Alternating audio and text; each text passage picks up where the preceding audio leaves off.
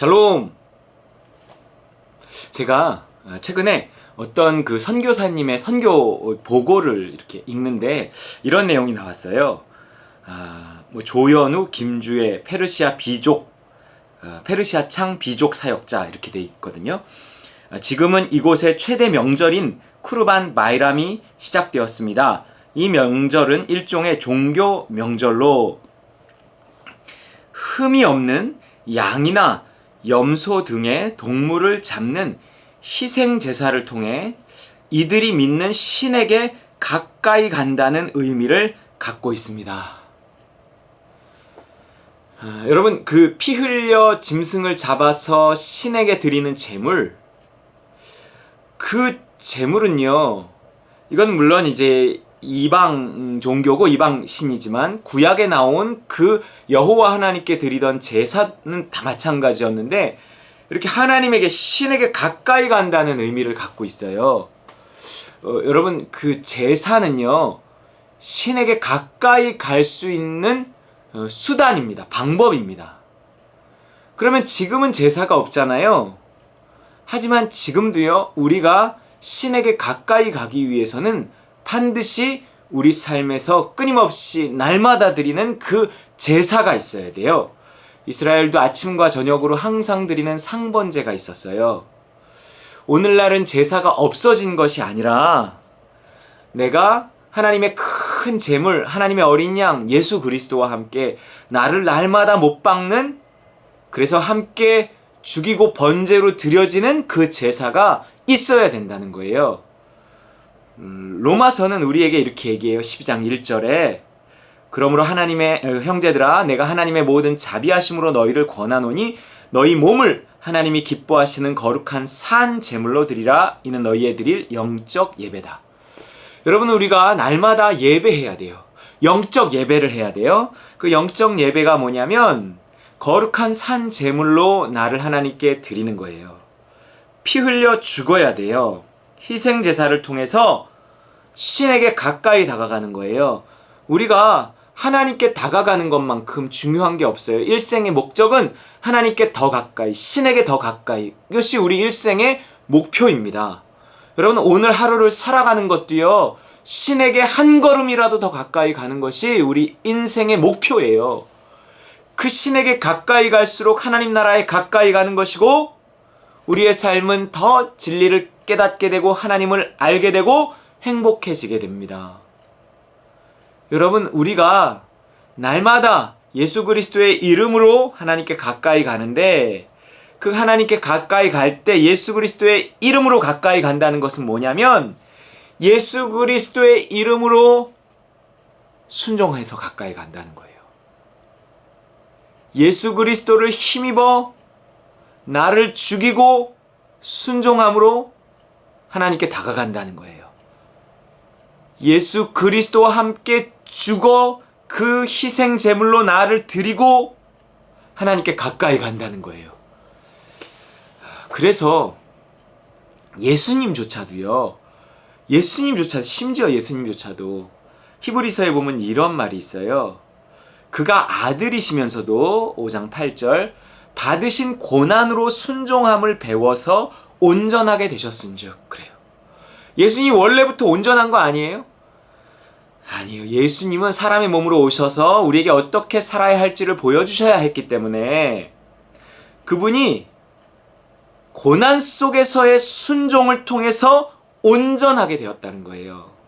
여러분, 우리가 온전하게 된다는 것은 뭐냐면 하나님과 가까워질수록 온전하게 되는 거예요. 너희 하나님이 온전하신 것 같이 너희도 온전하라 그런단 말이에요. 우리가 완성되어지는 것, 온전해지는 것, 이것은 온전하신 하나님께 가까워지는 것인데 무엇으로 가까워지느냐? 순종으로 가까워진다는 거예요. 그런데 이 순종이 평범함 속에서의 순종이 아니라요, 고난 속에서의 순종이에요. 다시 말해서 그분이 나에게 시키시는 일이라는 것이 평범하거나 상식적인 일이면 그게 순종이 아니에요.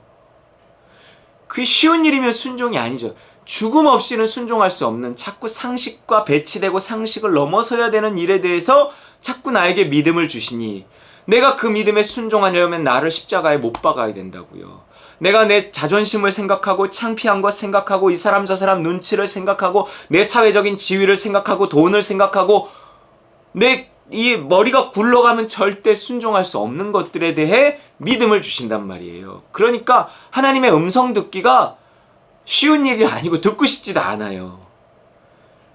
그것들이 나에게 어떤 눈에 보이는 실질적인 유익을 딱 주지 않거든요.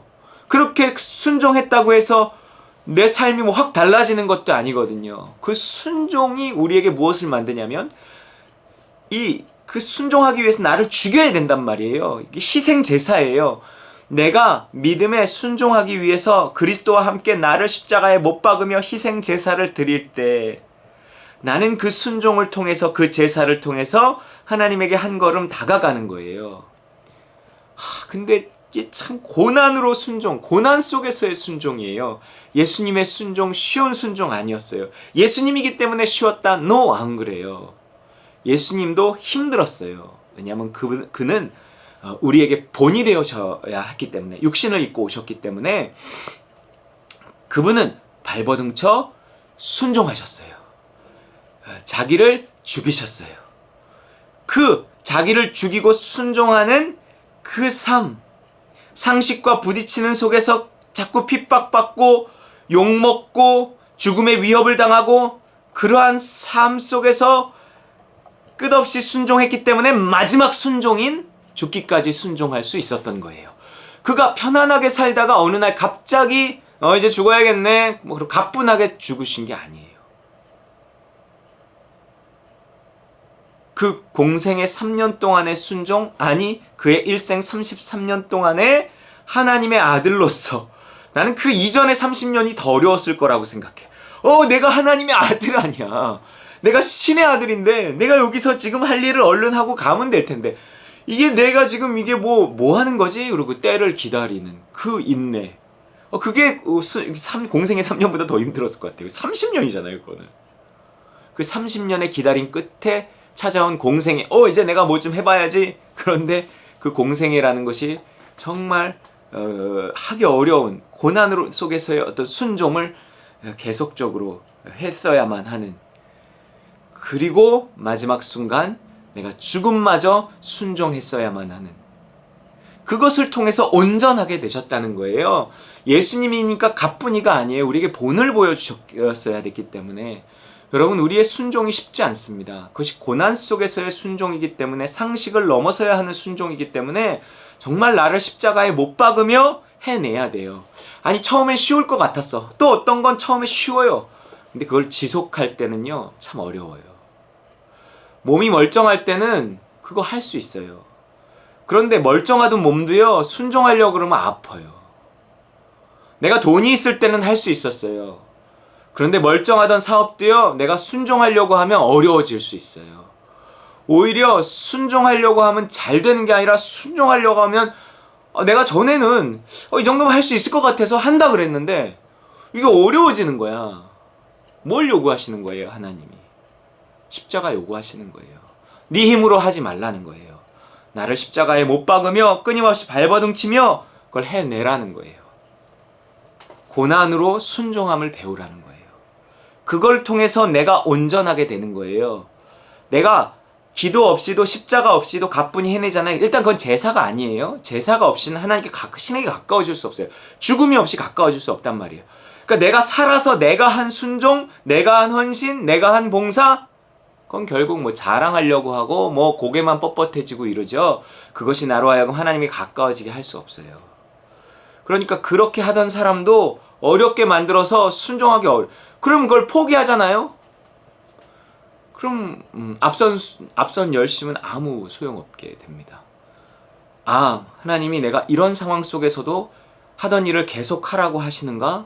그리고 정말 발버둥 쳐서 하나님께 지혜를 구하고 내가 이렇게도 해보고 저렇게도 해보면서 뭔가 하나님의 뜻을 찾아가고, 내가 정말 하나님이 그만하라는 믿음이 오기 전까지 그 일을 계속하는 그 발버둥 속에서 나는 비로소 이 십자가를 붙들게 되고, 나는 비로소 하늘로부터 오는 지혜를 힘입고, 나는 비로소 하나님의 능력을 힘입어서 이제 그 일이 비로소 나에게 유익이 되는 거예요. 유익이. 그 일을 통해서 나는 비로소 죽을 수 있고 부활할 수 있고 나는 그 순종을 통해서 비로소 하나님에게 가까이 갈 수 있다는 거예요. 그래서 보세요. 예수님조차도 그 고난으로 순종함을 배워서 온전하게 되시는 그 과정이 쉽지 않아서 7절, 그 앞선 7절에 자기를 죽음에서 능히 구원하실 이에게 심한 통곡과 눈물로 간구와 소원을 올렸다 이랬어요. 그분은 마지막 십자가에 달리기 전에만 이 모습이 있었던 것이 아니라 그의 삶 속에서 하기 어려운 고난 속에서의 순종을 위해서 항상 심한 통곡과 눈물로 간구와 소원. 그러니까 아주 발버둥쳐 기도했다는 거예요. 발버둥쳐 기도하면서 자신을 십자가에 못 박아 이미 죽이고 그리고 순종하셨다는 거예요. 그래서 온전해지셨어요. 여러분, 우리 기도 없이 순종 없습니다. 그럼 발버둥쳐 기도하면서 어려운 중에서 고난 중에서 내가 해야 할 일을 하고 순종할 때 비로소 그것이 희생 제사가 되고 그것을 통해 나는 하나님께 거룩한 산제물로 드림받아 이렇게 한 걸음 또 이렇게 자라나는 거예요. 온전케 되는 거예요. 여러분, 이 온전함을 향해서 오늘도 십자가에 나를 못 박고 순종 또 순종하는 저와 여러분 되시기를 주의 이름으로 축원합니다.